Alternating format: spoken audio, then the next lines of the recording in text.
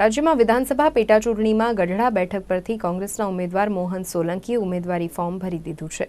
મોહન સોલંકીએ દાવો કર્યો છે કે ગઢડા બેઠક કોંગ્રેસની બેઠક છે અને આ ચૂંટણીમાં પણ કોંગ્રેસ જ આ બેઠક પરથી જીત મેળવશે। રાજ્યમાં 8 વિધાનસભા બેઠકો પર થનારી ચૂંટણીમાં 106 ગઢડા વિધાનસભા બેઠકનો પણ સમાવેશ થાય છે। ગઢડા બેઠક પર ભાજપ ઉમેદવાર આત્મારામ પરમારે બુધવારે ઉમેદવારી પત્ર ભરી દીધું હતું, જ્યારે ગુરુવારે કોંગ્રેસ ઉમેદવાર મોહન સોલંકીએ પણ ઉમેદવારી પત્ર ભર્યું હતું। કોંગ્રેસ ઉમેદવાર મોહન સોલંકીએ જણાવ્યું કે ગઢડા બેઠક હંમેશા કોંગ્રેસની જ રહી છે। આ ચૂંટણીમાં પણ ગઢડા બેઠક પર કોંગ્રેસની જ જીત થશે। કોંગ્રેસની આ બેઠક છે અને કોંગ્રેસ ઉપરથી આ ગઢડા મત વિસ્તારના તમામ ભાઈઓ અમને ખૂબ જંગી બહુમતીથી વિજય કરશે। હા, અમે ઘરે ઘરે જઈ અને ખાટલા બેઠક કરી અને પણ અમે ખૂબ વિશ્વાસ કેળવી અને તમામના મત અમને મળશે એવી આશા।